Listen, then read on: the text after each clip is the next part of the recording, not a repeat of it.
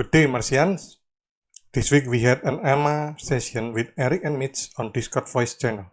This AMA session was finished after 3 hours long discussion about the state of the game and the future updates. The highlight or the important things discussed was about Dash token state including Dash liquidity pool, Dash sources balancing, daily average user, and first time user experience, new Martisan raffle, DTM staking, plot manipulations, and future updates covering Million on Mars' own secondary marketplace, settlement version 1, Martisan in-game utility, upgradable access badge, show seed feature, and rover PvP arena. Many Martians concerning the state of Dash because the current downtrend of its price, but it is still right on track with slight deviation. Because of the normal in-game generated Dash tilt the balance a bit over. As you can see on the screen, we have graphic of Dash deposit and withdrawal since November 2021 to date. Recently, we had 2.6 million Dash deposit and 2.82 million Dash withdrawn. From the graphic, we can see weekly Dash deposit and withdrawal fairly well balanced over most of the time. Since mid-June, as predicted, because of the non-resistant player from the last subsequent event leaving from the game, they are cashing out and make us more out of balance. We can look into more details about this using the data of total Dash deposit and withdrawal. The total Dash deposit was 32 million Dash and 37 million Dash was withdrawn. It is 86.5% ratio, with 5.1 million Dash out of the chain worth 50 grand at today prices. Out of this 1.1 million Dash that out of chain, not all of this being withdrawn from the game. Half of it comes from withdrawn Martisan bankroll, and the other half comes from Dash withdrawn from the game. So it is 2.5 million Dash withdrawn since June 13. It is about 5 weeks or 35 days. It means 70k excess Dash per day, and there are 20 million Dash generated in 35 days. It means 571k Dash generated per day. This calculation gives us a result of 12% excess Dash per day. What is the sources of this excess Dash? This graph shows you the Dash sources from November last year. Candina comes first with 19 million Dash produced, followed with Roverworks, about 15 million Dash produced, and third place, Polar Workshop with 8 million Dash, closely tailed by Pirate Radio with 7 million Dash. But if you see this new graph, with data taken since 13 June to date, you will see a good ongoing balancing. The first and second position swap, with similar total Dash produced. Roverworks come first with 6.8 million Dash, and Cantina with 6 million Dash produced. Also, the third and fourth position swap with similar Dash produced. Pirate Radio comes third with 2.9 million Dash produced, and Polar Workshop get the fourth position with 2.7 million Dash produced. Both graphs show us that the Dash source balancing worked as intended. So next we will handle the 12% excess with trimming the produced Dash from these biggest Dash sources. We are aiming about 90 to 92.5% ratio. That means we have about 6% of Dash need to be trimmed. The big chance it will be trimmed from Cantina and Roverworks. We have a long-term Dash token price target being 5 cents and near-term target 2 cents per Dash. We as company also need money to pay the worker and expand the company. But we think to prioritize Dash stability first and making money second. As we know, with Dash stability, comes investor trust to us, and the investor can investing without worrying Dash price. Regarding Dash liquidity pool, we receiving feedback about giving reward for who provide the liquidity pool. It can be in-game advantage or unique perks. We are open with many possibilities. Please send your idea and suggestions regarding this to us.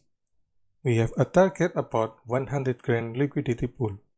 Secondary marketplace is currently the way to go for NFT trading for the game. But we feel the current marketplace can't express the NFT in the right way.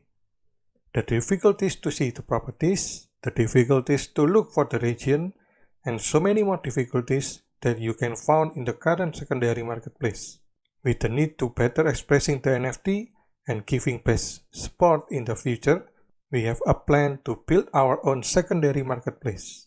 This will help us to provide better service and easing the market experience to the user. When we expanding in the future, we will also make a region marketplace that will give transportation fee when moving goods from one region to another region. For example, from MC23 to MC21. This will open new opportunity of game playing. While talking about gameplay, expect a lot more gameplay coming up to Million on Mars. First time user experience will also get upgraded from the current old tutorial mode. The new first time user experience will grant new user a free 3-day access without a need to commit anything other than play the game. They will be guided with the basic function of the game, not just with showing picture, but guided to the real action button. This new user will be allowed to do scavenge and unskilled job as no skill upgrade permitted. When they ready to commit, they can register their chosen wallet to the game and buy the new upgradable access badge. There are 3 new access badges: the regular access badge, premium access badge, and VIP access badge. It will be priced around $10 for the regular one, $20 for the premium, and $100 for the VIP badge. This new badge will be upgradable.